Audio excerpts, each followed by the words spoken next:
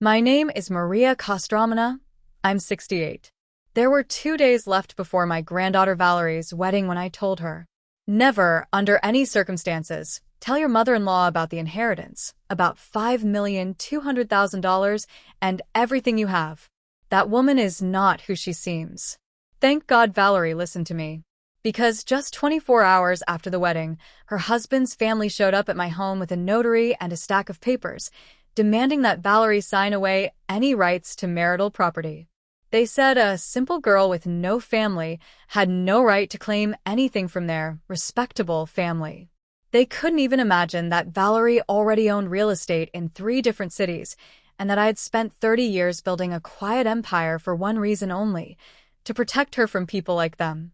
The way Linda Erden, my friend and my son-in-law's mother, went pale when she realized who the girl with nothing really was, I'll remember that look for the rest of my life.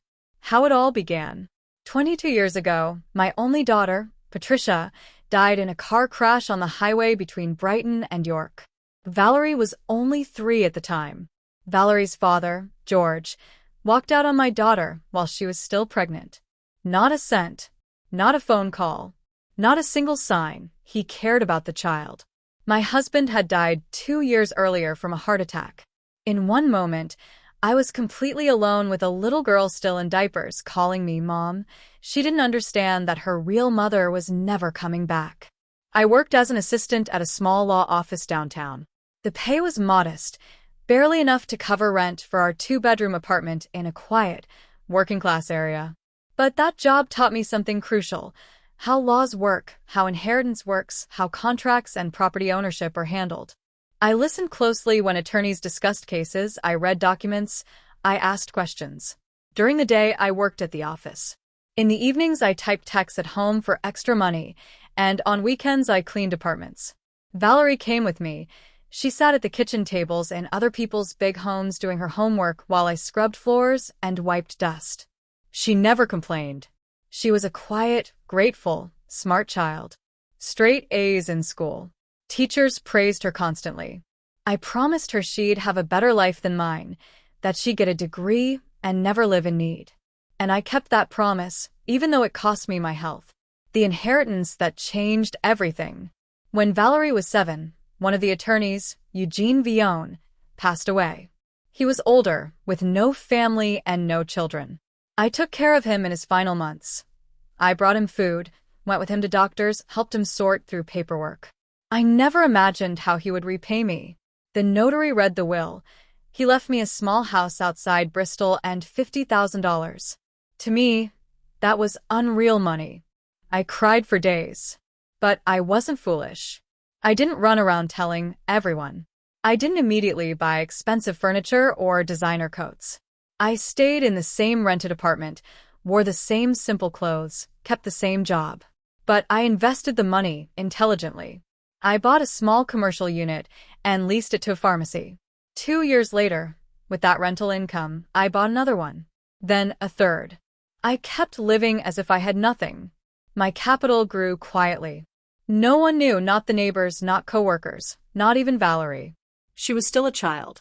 I wanted her to understand the value of work and humility, so people would be drawn to her for who she was, not for money. So I kept my secret like buried treasure. How Valerie grew up. Valerie grew into a beautiful young woman, smart, kind, warm. She enrolled in a public university to study management. I paid for her transportation, books, everything she needed. She thought it came from my salary and side jobs. After graduating with honors, she got a job at an import company. She began helping me with the household and expenses. We lived together, had dinner together, talked about everything. She was my daughter, my friend, and the meaning of my life all at once. At 25, she met Ryan, an engineer, during a professional training course. His family considered themselves the upper class of our city. Ryan's mother, Linda Erden, wore her last name like a crown.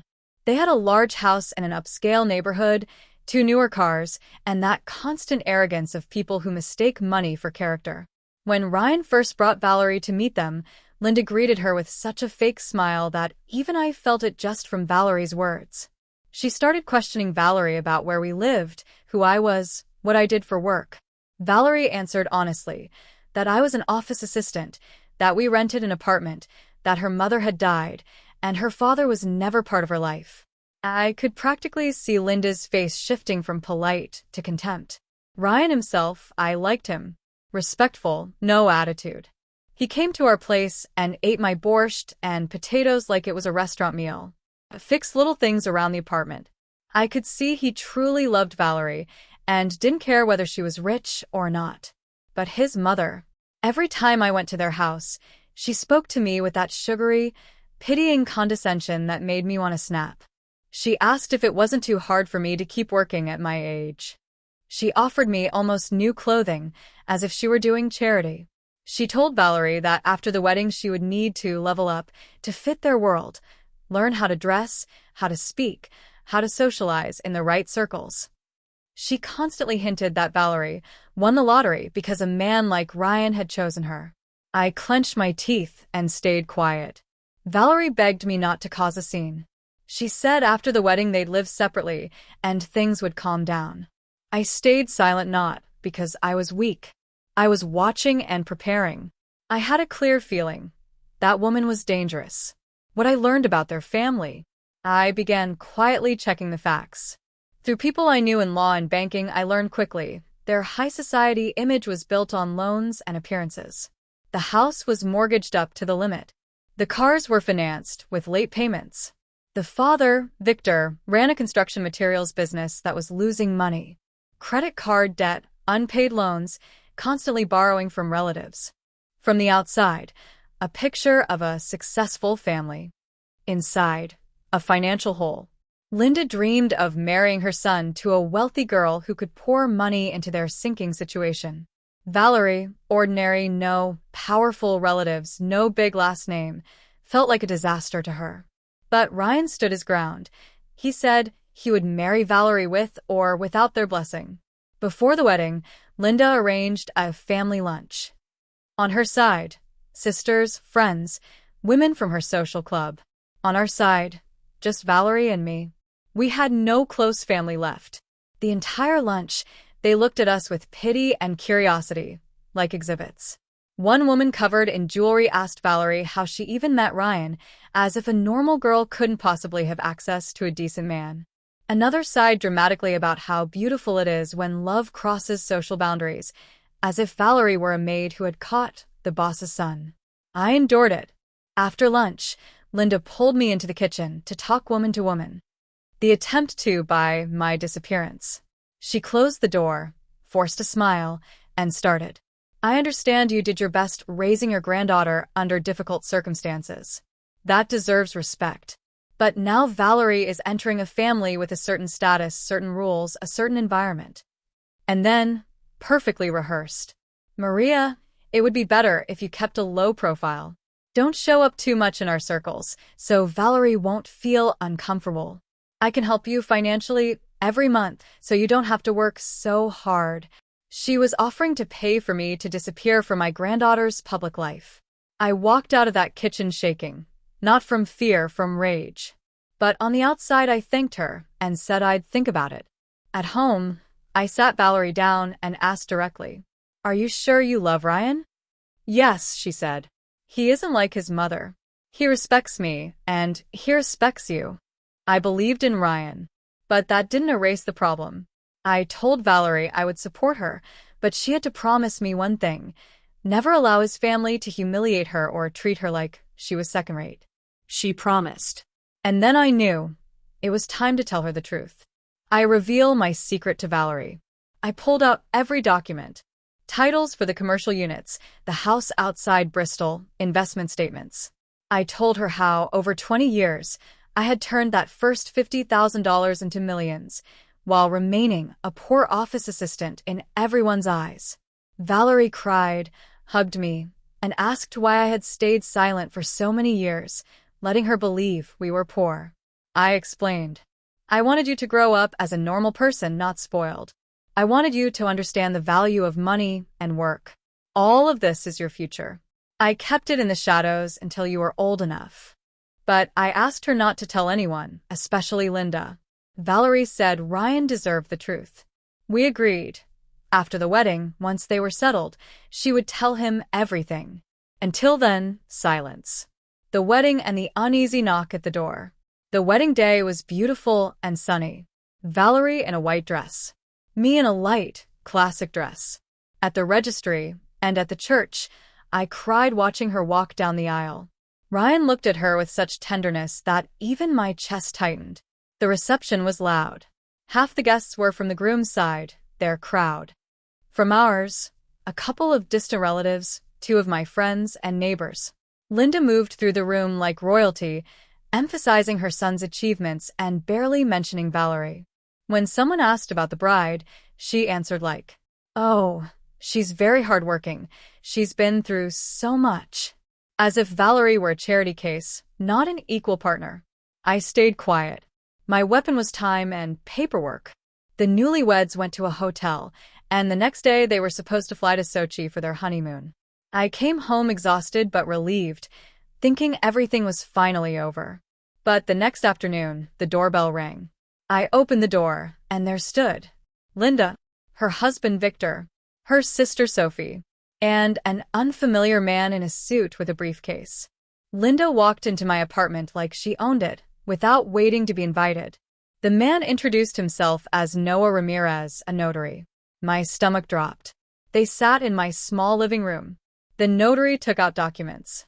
Linda, smiling sweetly, said that now we were one family, and they wanted to set clear expectations. The point was simple. Valerie, as a girl with no assets and no family, had to sign an agreement of separate property and give up any rights to Ryan's property, present and future. Worse, it included clauses where she renounced any future inheritance and any stake in their businesses. I asked, "Does Ryan know about this?" Linda said he was enjoying his honeymoon and there was no reason to burden him with boring legal matters. They wanted to pressure Valerie behind his back. I told them it was between Valerie and Ryan, not me.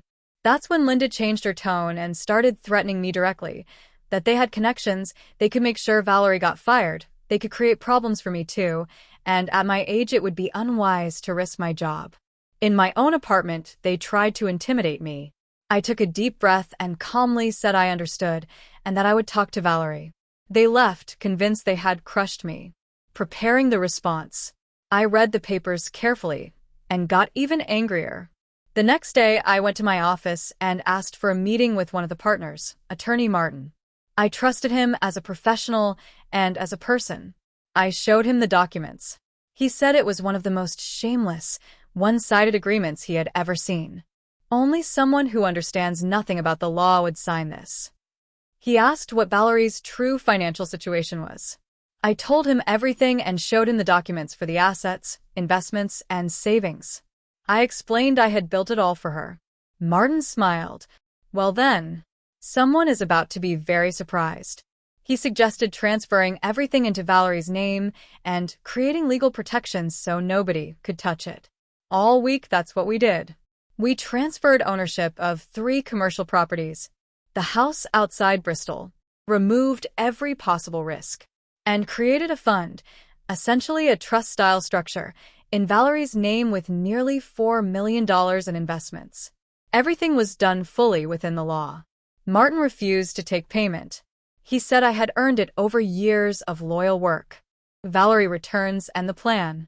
When Valerie returned from Sochi, happy and glowing, I invited her to my place. Ryan dropped her off and went to see his parents. I sat my granddaughter down, told her everything that happened while they were away, and showed her the papers they wanted her to sign. Her face moved through confusion, shock, and real fury. She couldn't believe her mother-in-law came to my home the day after the wedding with a notary to protect their wealth from the poor bride. Valerie grabbed her phone to call Ryan immediately. I stopped her. Wait. We need to act smart. Then I showed her the second folder, everything now registered in her name, 3 commercial properties, the house, the fund with $4 million, total assets around $5,200,000. Valerie could only whisper, "Grandma, how? When?" I explained again why I stayed silent, and I said, "Now you understand why I told you not to tell Linda. If she had known you had money, she would never have shown her true face." Valerie had a choice. Tell Ryan immediately and handle it honestly. Or play the performance through. Let Linda feel victorious and then reveal the reality in front of witnesses. The choice was hers. She thought and said, I don't want revenge, but I want her to stop looking down on me. Let's teach her a lesson. Just protect Ryan as much as possible. We made a plan. The notary scene. The next day, Valerie called Linda with me beside her, on speaker. In a soft voice, she said, I talked to my grandmother. She explained it's just a formality, so there won't be problems. I understand I have nothing to claim. I'm ready to sign. From Linda's tone, you could hear her smiling. They agreed to meet at Notary Ramirez's office. Valerie asked them not to tell Ryan yet so he wouldn't be burdened with money and paperwork right after the wedding. Linda readily agreed.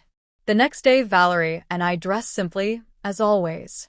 I put both folders in my bag, documents for Valerie's assets, and the information I had gathered about the Erdens' debts and mortgages.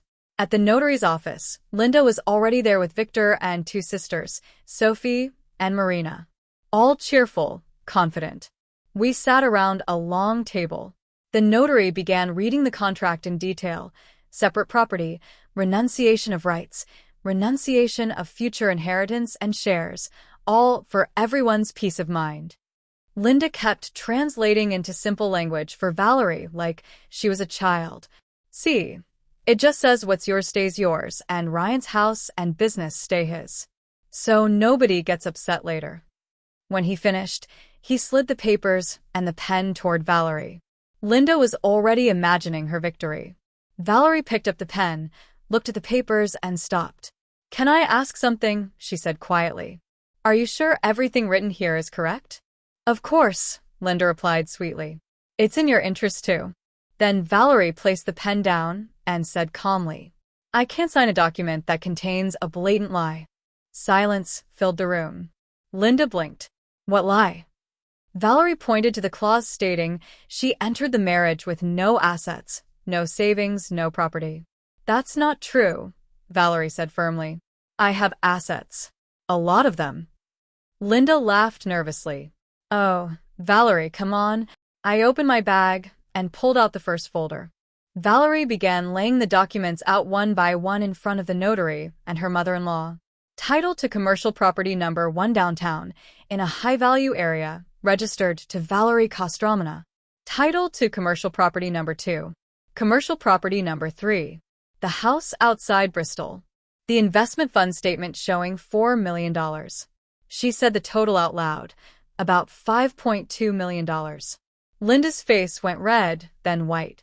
Victor leaned forward. The sisters stared. The notary froze. I added calmly, all these years I worked, saved, and invested. I didn't wear fur coats or buy cars on credit, but I built my granddaughter a safety net. And now it's all legally in her name. So she entered this marriage, to put it lightly, far from broke. Victor demanded to know why we hid it. Valerie answered, because we wanted to see who you really were. If you had known I had money, you would have played nice instead of showing up at my grandmother's apartment with threats and predatory paperwork. Linda tried to say she only wanted to protect her son. That's when I took out the second folder and calmly listed 3 separate mortgages on the house. Credit card debt over $150,000. Overdue payments tied to Victor's business and lawsuits from suppliers. I didn't yell or gloat. I simply stated facts. You live on debt, but you chose to behave as if we should be grateful you allowed us into your family.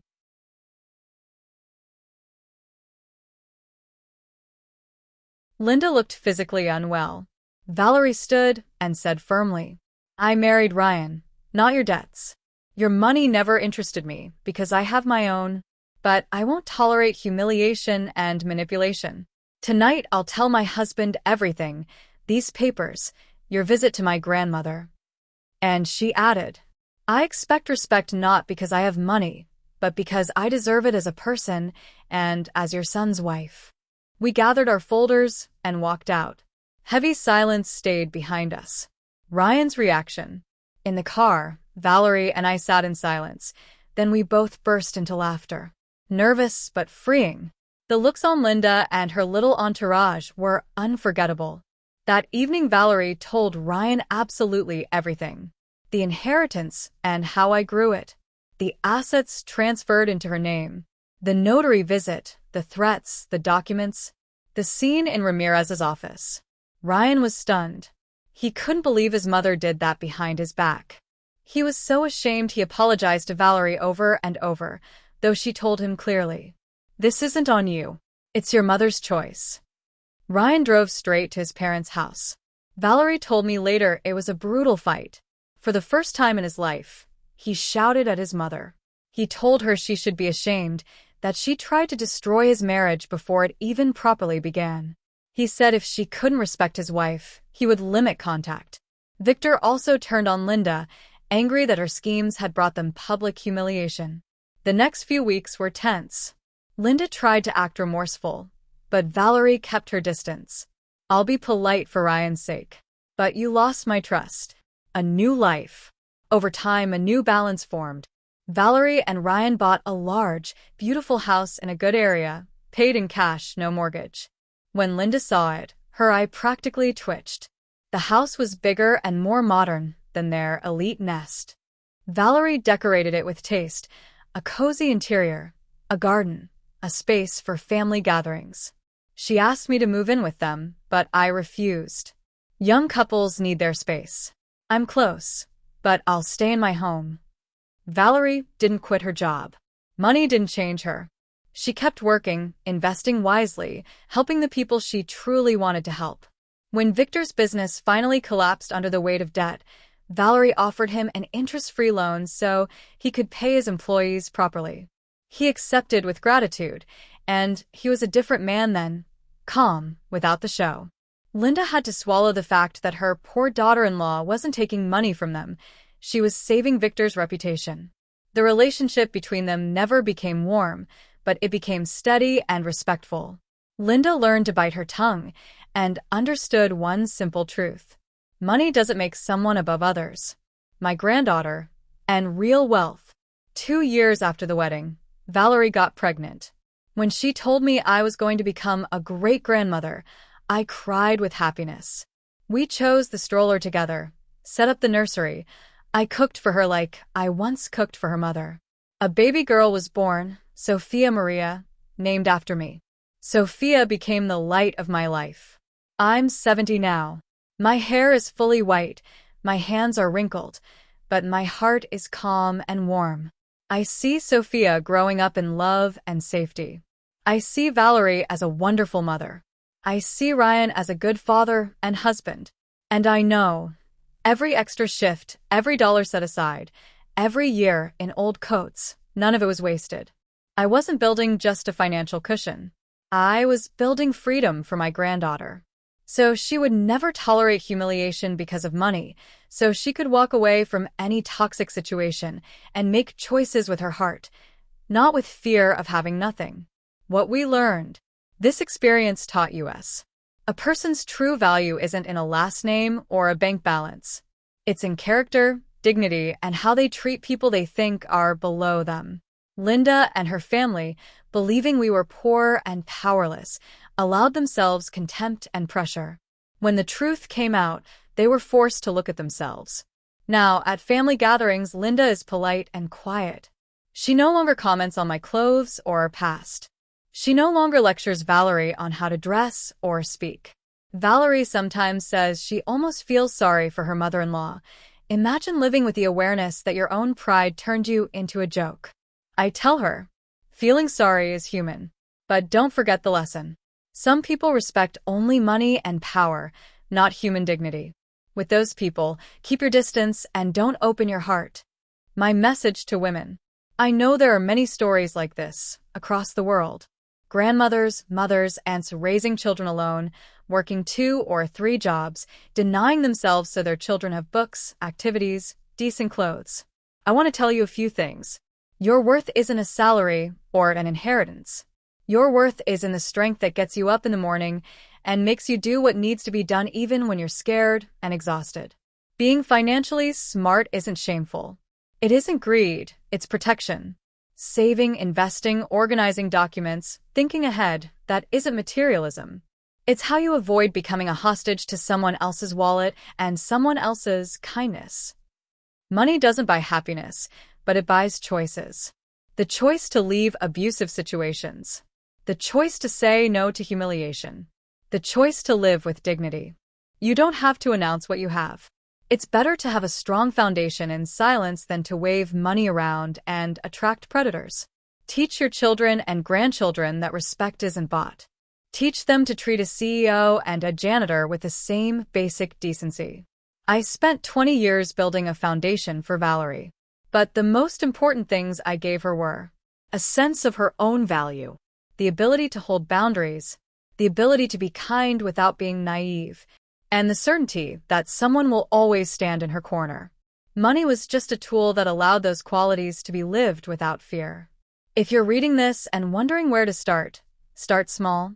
Track your spending. Save your first amount. Organize what you already have legally. And never allow anyone to tell you that you're a nobody because you don't have a famous last name or a mansion. Money doesn't define who you are. Your actions do. And as this story with our elite mother-in-law proved, dignity can't be borrowed.